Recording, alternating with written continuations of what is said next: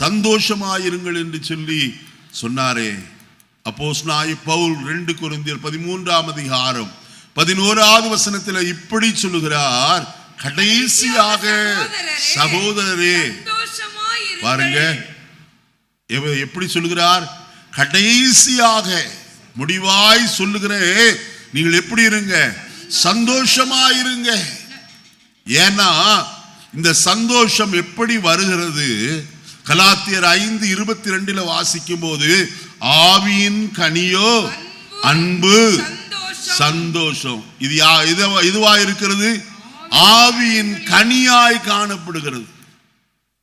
நல்ல கவனிங்க, ஆவியின் கனி சந்தோஷம்.